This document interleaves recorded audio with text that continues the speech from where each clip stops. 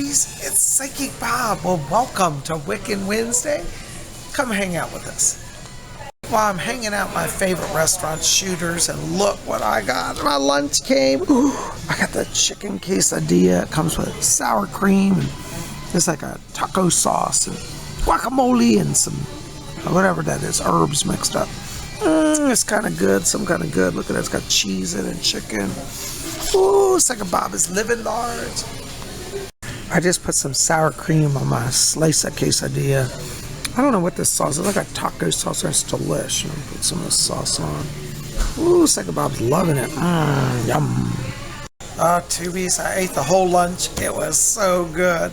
Oh my gosh, I'm just relaxing now and working on this book. I think I might have showed some of you this last week. This is a really cool book I recommend called Wicca, The Old Religion and the New Age. It's by Vivian Crowley.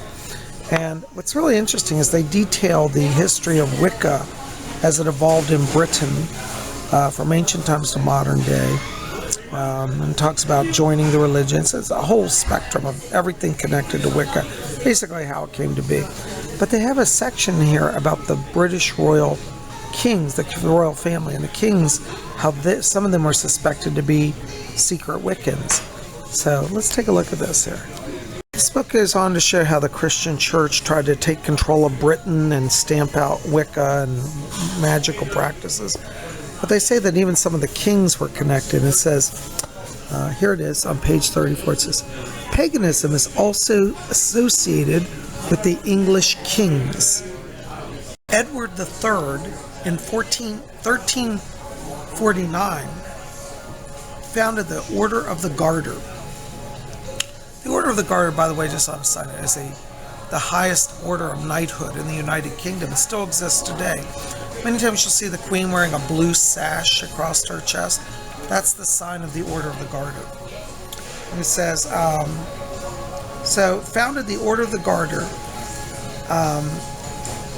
after the Garter of the Countess of Salisbury, who is also known as the Fair Maid of Kent, fell from her while the king was dancing with her. Oops, hold on a second. Margaret Murray suggests that the embarrassment with which the fair maid viewed the incident was because the wearing of the garters was associated with witchcraft.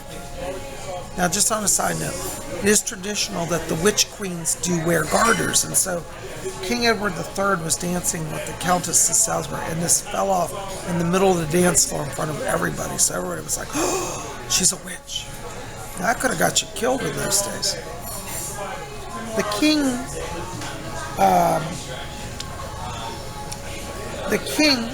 The motto the king gave the new order, Honi soit qui mal y pense, roughly, evil to him who thinks it so, was thought by Murray to be deliberately ambiguous and to be a declaration by the king of his own support for the old faith. So what they're saying is King Edward III knew that Countess of Salisbury was a Wiccan and made an order of knighthood to honor her garter, to deflect, to keep her from danger. Pretty noble. He himself was sympathetic. Well, Tubies, that was a great lunch. I got a Coke to go. I'm outside now trying to see our Sun Lord, but I don't see him. He should be right up there, but as you can see, we got gray skies today.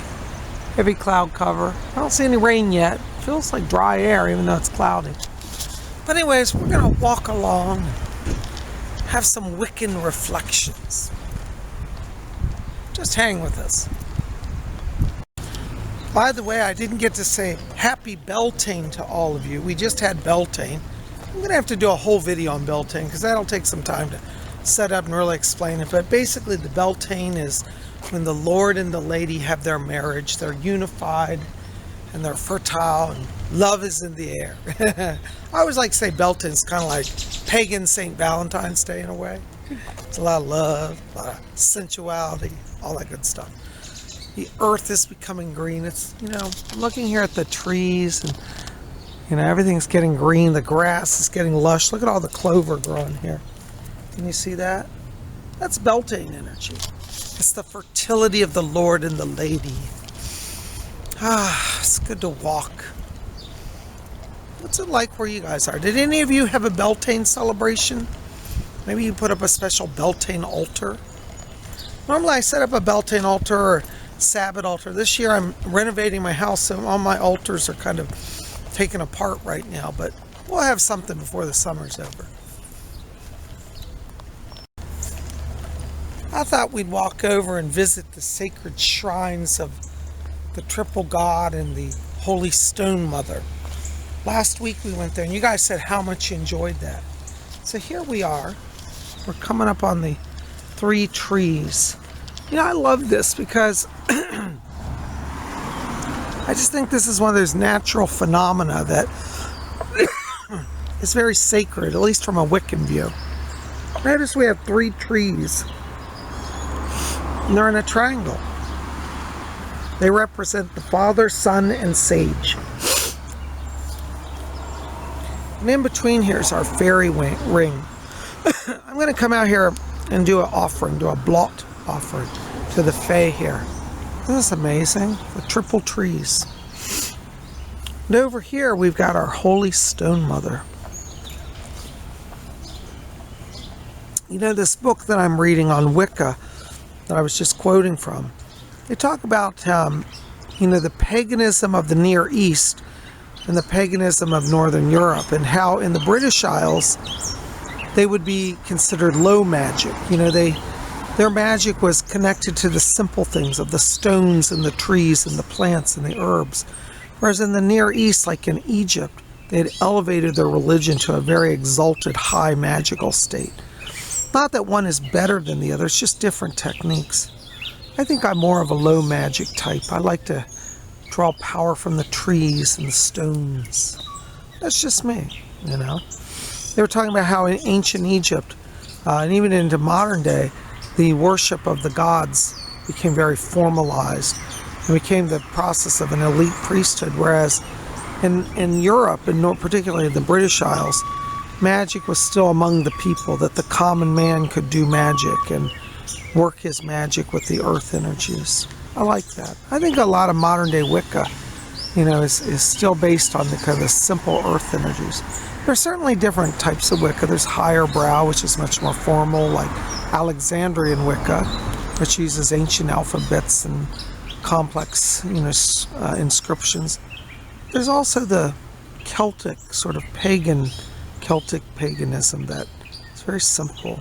I think that the ancient Stone Mother is more of the simple type. From a simple stone we see a goddess presence. You see?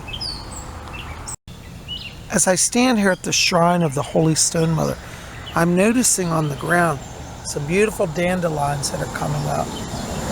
Now, a lot of people today hate dandelions. They call them weeds and rip them out of their lawns. But you know, the ancients knew the value of the dandelion. It represented the sun god. And its leaves and flowers could be used for healing and for dyes. I love dandelions.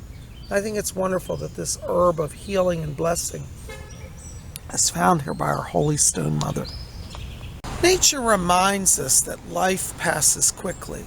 For those of you who were here at my video last week, you may remember I showed you some beautiful purple flowers that were in bloom on this plant here. Well, all of the flowers have gone, they've all faded away, and they have passed. And so we must look to nature and be aware of the cycles and the seasons.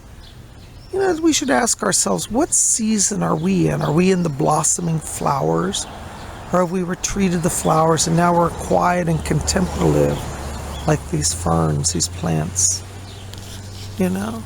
Wicca challenges us to go within and to understand our place in the cosmos. You know, I think for many, many years, there was the idea that somehow mankind was separate from nature. But Wicca says we are as much part of the trees and the earth as they are. So we mustn't think of ourselves as separate, but as part of this. We share in the life cycle of the earth. And while we are here at the sacred shrine of the Holy Stone Goddess, I thought I'd do a short invocation for all of us. Great and ancient Mother, Holy Stone Mother, Earth Mother, I ask now for your blessing on all of my YouTubers. May they have what they need. May you in your mercy bring into fruition all that is needed, whether it is health or money, new opportunities, healing, whatever is needed now. We call to you, great ancient Mother, you who heard the cries of ancient peoples long ago and yet are still with us today. May we be all mindful of your presence and walk gently upon your body, the sacred earth. So mote it be. And so mote it be. When you get out and walk, you find the sacred mysteries all around you. I think so many of us get trapped in our cars, we're driving around, speeding here and there. And if we just step out, we'd find that even in the midst of an urban environment, and I do live in the city, we can find little alcoves like this of sacred shrines, of fairy rings. We can find ancient symbols of the ancient gods. We can commune with the plants and trees and herbs. And when we have to, we can step back into the world as I am now. As you can see, I'm back here in the city. And so, get out, find the mysteries. It's great to read Wiccan books, but you have to go out and practice Wicca. You have to feel the earth. You have to walk the paths, and then you will know the mysteries. Well, Tubies, I'm so glad that we got to have this time together today. PsychicBob has a full schedule, as you know, of readings. I want to say thank you to all of you who are calling and reaching out for private readings. I am getting back to people as quickly as I can. I have a little backlog, but thank you for your patience. Listen, if you want a little extra help from PsychicBob, want to learn about your own soul journey, you might want to join our psychic development class. We meet every Saturday over on Zoom, and the class is 2 hours long from 12 p.m. to 2 p.m. And if you're interested in joining that, this week we are going to teach a class. I'm teaching a class on transfiguration. It's a form of physical mediumship, where a spirit changes the physical appearance of a medium. Pretty amazing stuff. If you'd like to learn about that, come out and join us. You can register for that class over at my website at PsychicBob.com. Link will be in the info box below.